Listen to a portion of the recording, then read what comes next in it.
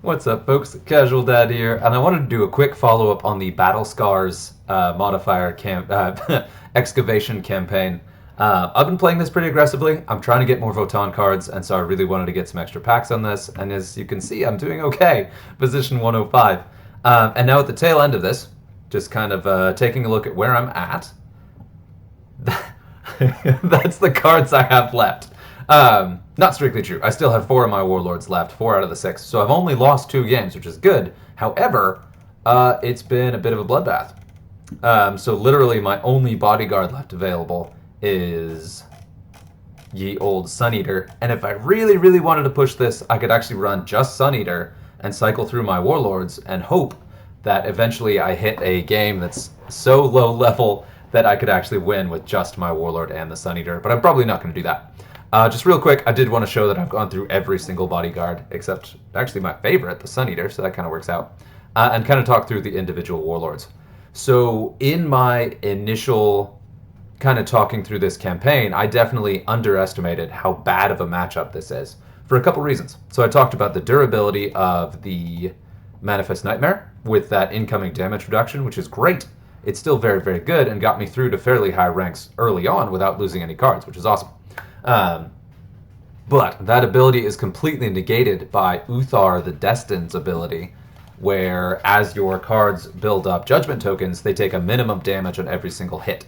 And that minimum damage ignores fear. And it ignores the Manifest Nightmare's defense reduction ability. So that's something really important to note, is that that overrides it. So that actually makes that a brutal matchup.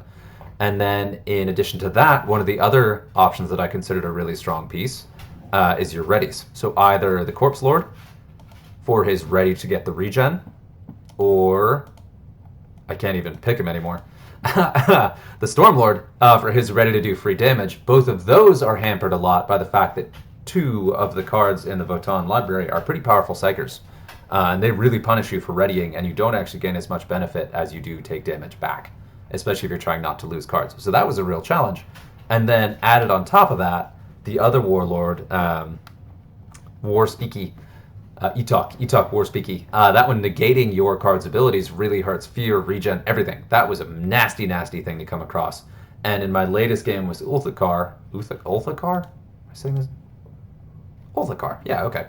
In my last game with Ulthakar, that ability came in really clutch because he hit it on Ulthakar himself and then turned off the Hardwired for Destruction ability. So I didn't even get this bonus attack value in my final round because he was negated. So even my bodyguards on the wings, they had a damage reduction because the total trait is also shut down.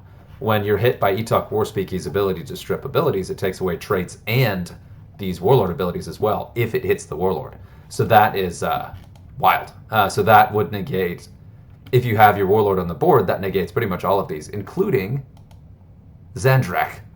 This guy gets just reamed if he ends up across from an Etok card that takes away his abilities and becomes much more fragile. That was an unwelcome wake-up call. So just to go ahead and go through it, those are still powerful combos, but just know that they're dramatically weaker in this specific matchup because of what Votann brings to the table, which is just more incentive for me to actually run Votann in the ladder next season, which I will.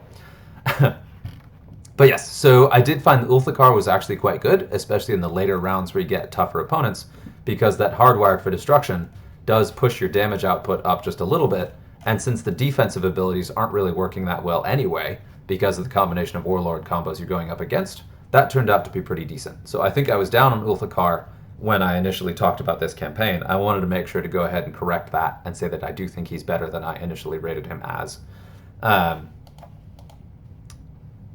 Likewise, the Nemesis is very, very good as long as you don't get nailed by Etok's ability on the Warlord himself.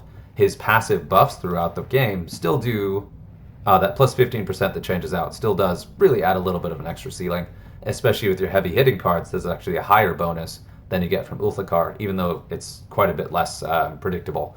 But it also doesn't rely on doing damage either, so you can be readying and still get your offensive bonus from that. So that's it. Super quick video. Just wanted to make sure to throw that out there and let y'all know what I'd found out. Good luck. Still have, I believe, a whole day left in the campaign as of right now.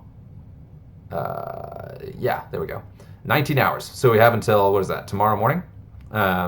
So yeah, you have a little more time to power through it and see if you can get higher on there, but up to you.